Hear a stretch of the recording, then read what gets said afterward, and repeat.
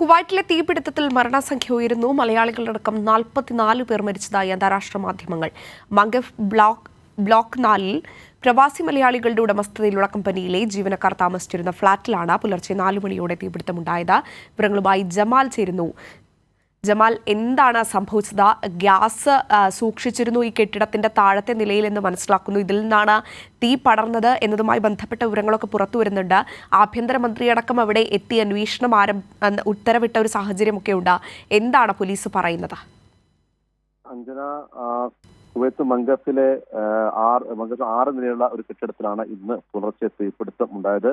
ഏതാണ്ട് ഒടുവിൽ ലഭിക്കുന്ന വിവരമനുസരിച്ച് മരണസംഖ്യ 50-നോടടുക്കുമെന്നാണ് അറിയുന്നത്. 49 പേർ മരിച്ചതായി അന്താരാഷ്ട്ര മാധ്യമങ്ങൾ അവസാനമായി റിപ്പോർട്ട് ചെയ്തിട്ടുണ്ട്.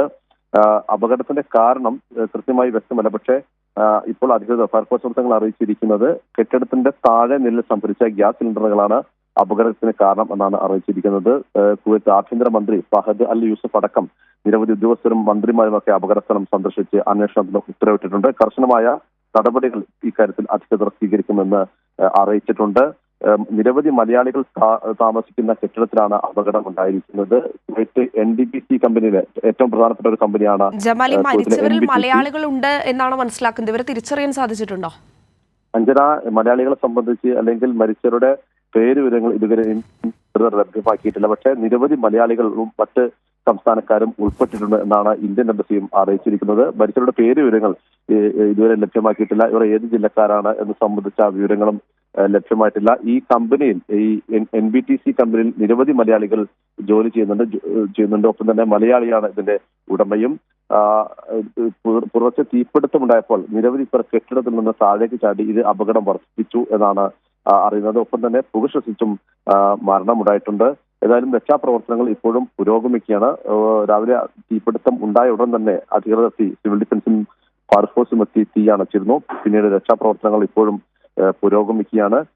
അതോടൊപ്പം തന്നെ നിരവധി നടപടികൾ അധികൃതർ ഉടൻ തന്നെ ഉത്തരവിട്ടിട്ടുണ്ട്. അഹമ്മദി ഗവർണറേറ്റ് മുനിസിപ്പാലിറ്റി ബ്രാഞ്ചിലെ എല്ലാ മുതിർന്ന ഉദ്യോഗസ്ഥരെയും സസ്പെൻഡ് ചെയ്യാൻ കുവൈത്ത് മുനിസിപ്പാലിറ്റി ഡയറക്ടർ ഉത്തരവിട്ടിട്ടുണ്ട്. ഒപ്പം തന്നെ രാജ്യത്ത് നിയമങ്ങൾ ലംഘിച്ച് പ്രവർത്തിക്കുന്ന എല്ലാ കെട്ടിടങ്ങളിൽ നിന്നും 24 മണിക്കൂറിനകം താമസക്കാരെ ഒഴിപ്പിക്കണമെന്ന് അധികൃതർ ഉത്തരവിട്ടിട്ടുണ്ട്. നിയമലംഘനം നടത്തി എന്ന് പ്രാഥമികമായി അധികൃതർ കണ്ടെത്തിയിട്ടുണ്ട്. അതുകൊണ്ട് തന്നെ കെട്ടിടത്തിന്റെ ഉടമയെയും അതുപോലെ ഈ കെട്ടിടത്തിന്റെ കാവൽക്കാരനെയും അറസ്റ്റ് ചെയ്യാൻ അധികൃതർ ഉത്തരവിട്ടു. ഏതായാലും ദാരുണമായ അപകടമാണ് ഉണ്ടായിരിക്കുന്നത്. നിരവധി മലയാളികൾ ഈ അപകടത്തിൽ മരിച്ചിട്ടുണ്ട്. പക്ഷേ മലയാളികൾ ഏത് ജില്ലക്കാരാണ് അല്ലെങ്കിൽ എവിടെ നിന്നുള്ളവരാണ് എന്നുള്ള വിവരങ്ങൾ അധികൃതർ ഇതുവരെയും ലഭ്യമാക്കിയിട്ടില്ല.